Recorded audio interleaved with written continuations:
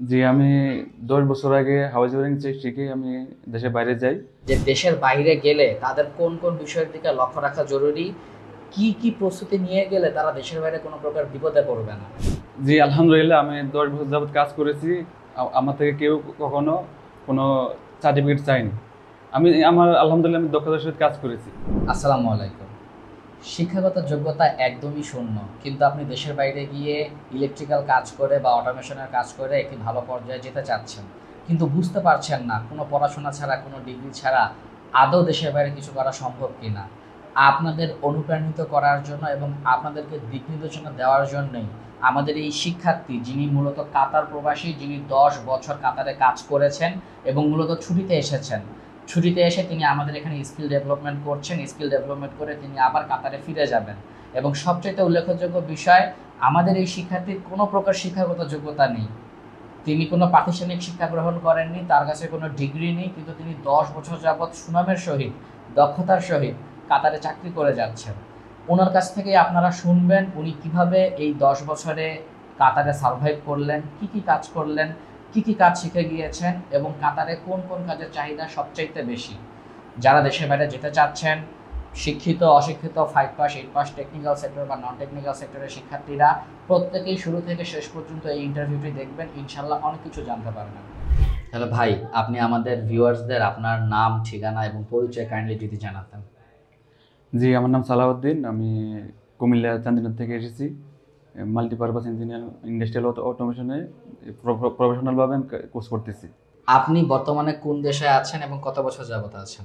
আমি বর্তমানে কাতারে আছি, ১০ বছর যাবত কাতারে। 10 বছর যাবত কাতারে আছেন। জি, কাতার তো প্রযুক্তিগত দিক দিয়ে অনেক বেশি উন্নত। জি, তো সেখানে আসলে অনেকেই মনে করে যে এগুলা কাজ শুধু ইঞ্জিনিয়াররাই করে, কিন্তু আপনি যেহেতু অনেক বছর যাবত কাজ করে আসেন টেকনিক্যাল ফিল্ডে, জি। মানে আপনি বলেন শুধু কি ইঞ্জিনিয়াররাই দেশের বাইরে ইলেকট্রিক্যাল সেক্টরে কাজ করে, নাকি আপনার মতো যারা বিভিন্ন দেশ থেকে এসেছে তাদের শিক্ষাগত যোগ্যতা তেমন নেই কিন্তু স্কিল আছে, দক্ষতা আছে, তারাও কাতারে কাজ করছে আপনার সাথে? জি, ইঞ্জিনিয়ার ছাড়াও অনেক সাধারণ লোকও কাজ করতেছে আমাদের সাথে।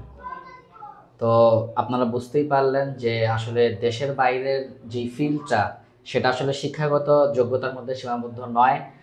5 পাস 8 পাস লেখাপড়া না জানা ব্যক্তি থেকে শুরু করে প্রত্যেকেই দেশের বাইরে তাদের দক্ষতা অনুযায়ী কাজ করতে পারে এবং কাজ দেখাতে পারলে সফলতার অন্যান্য উচ্চতাও তারা পৌঁছাতে পারে। আপনি কত বছর বয়সে আসলে এই দেশ ত্যাগ করেছেন এবং আপনি বর্তমানে কোন দেশে আছেন এবং কি কাজ করছিলেন এই 10 বছর মূলত? জি, আমি ১০ বছর আগে হাউস ওয়ারিং শিখে আমি দেশের বাইরে যাই।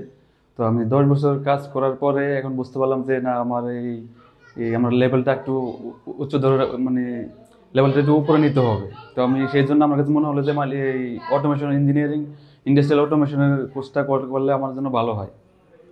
আচ্ছা, এই নিয়ে অনেক শিক্ষার্থী আমাদেরকে একটি খুবই কমন প্রশ্ন করে যে ভাই, আমি তো 5 পাস বা 8 পাস, বা আমি লেখাপড়াই করিনি, বা আমি মাদ্রাসায় পড়াশোনা করেছি, সেই ক্ষেত্রে আমরা কি অটোমেশন পিএলসির কাজগুলো শিখতে পারবো বা ভিএফডির কাজগুলো শিখতে পারবো?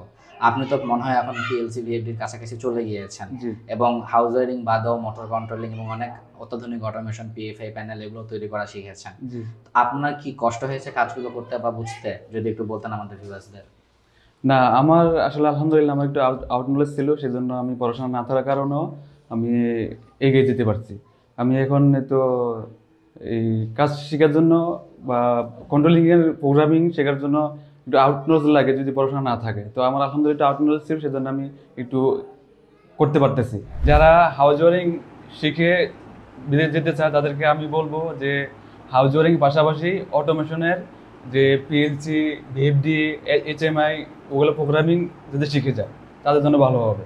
আমরা আমাদের ইন্টারভিউয়ের প্রায় শেষের দিকে চলে এসেছি। আমরা ইন্টারভিউটি বড় করব না। যদি কারো কোনো প্রশ্ন থাকে আপনারা কমেন্ট করবেন।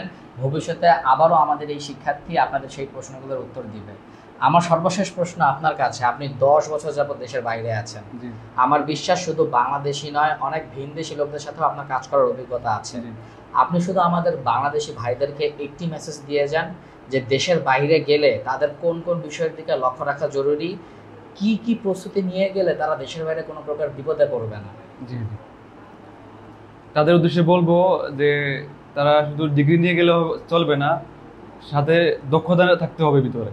যে আমি যে কাজ জানি এই কাজের দক্ষতা থাকতে হবে, দক্ষ নিয়ে গেলেই তারা সাকসেসফুল হতে পারবে। আমি ১০ বছর যাবত কাজ করেছি। আমার থেকে কেউ কখনো কোনো সার্টিফিকেট চায়নি। আমার আলহামদুলিল্লাহ আমি দক্ষতার সহিত কাজ করেছি। আশা করি এই ইন্টারভিউ থেকে আপনারা একটি বিষয় খুব ভালো করেই বুঝতে পেরেছেন যে দেশের বাইরে কাজ করার জন্য, এমনকি দেশের মধ্যেও কাজ করার জন্য যে আপনার শিক্ষাগত যোগ্যতার সনদ থাকা লাগবে এমন কোনো কথা নেই।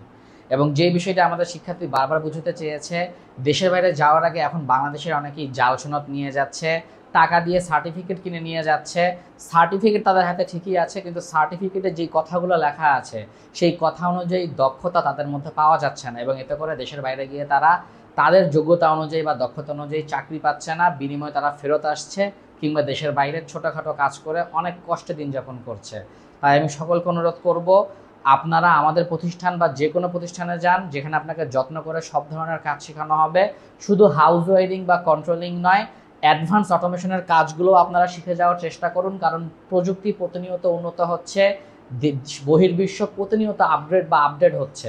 আপনারা আমাদের কাছে আসুন, আপডেট কোর্সগুলো করুন এবং আপডেট কোর্সের সার্টিফিকেট নিয়ে দেশের বাইরে যান। ইনশাল্লাহ আপনারা ভালো কিছু করতে পারবেন, ভালো পর্যায়ে যেতে পারবেন। ধন্যবাদ সকলকে। আসসালামু আলাইকুম।